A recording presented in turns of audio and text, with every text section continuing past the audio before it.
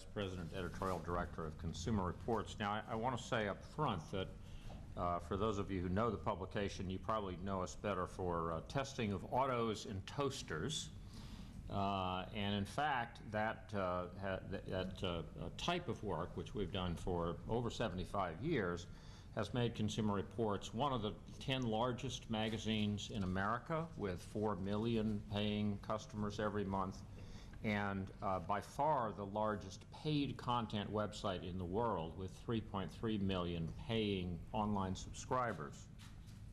But that has not been all that we've done. In fact, in our first issue in 1936, we tested Alka-Seltzer and we tested toothbrushes, and since then we've done a steady stream of, in cases, groundbreaking medical reporting. We did a really quite significant series of reporting in the 92, 93 time frame, and again in the 2007, 2009 time frame, because we were so focused on the massive challenges that face healthcare today. I wanted to say that I think it's pretty clear that regardless of whether or not health reform itself manages to survive, people are going to need more, not less information, and better, not spottier information. And while the supply of health information has certainly grown in recent years, I'm not sure that the quality has kept up, and it may have declined. In that respect, the partnership with the American College of Physicians is absolutely crucial. It plays into something which began 4 years ago at Consumer Reports, when we decided that healthcare was going to become one of our absolutely major focuses.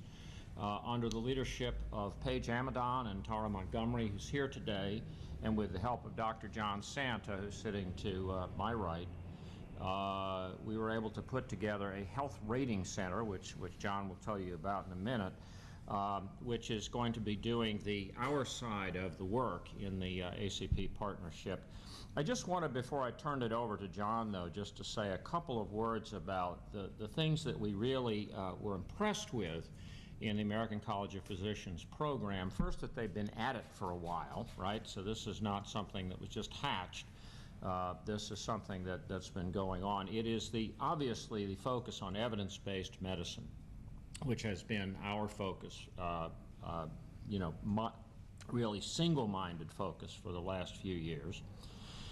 Especially want to applaud ACP for its willingness to confront the cost issue. And I want to say a word about that. That, in a perfect world, no patient or physician would ever have to consider cost in evaluating options for patients. But in fact, as everybody knows, in the real world, there are millions and millions and millions of patients who have to consider cost through no fault of their own.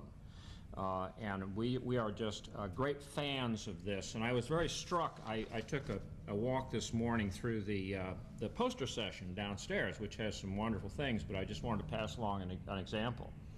At the Naval Medical Center in San Diego, one of the presenters downstairs is talking about, they found that if you're a guy and you have an elevated PSA, you in some circumstances will finding yourself having a prostate biopsy, and post-operative or post-procedure infections in prostate biopsy are a problem, as they are with any kind of procedure.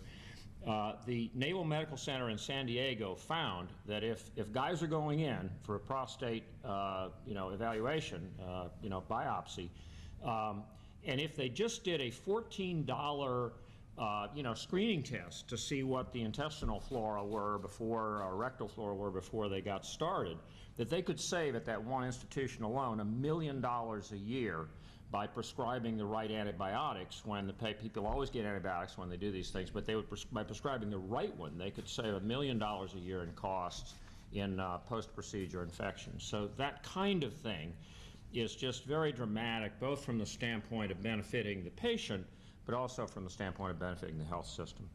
So the last thing I will say, John, then I'll turn it over to you, is just that we also greatly applaud ACP for taking this dual approach, both the professional approach, which you are so good at, and the consumer or patient approach, which we are good at.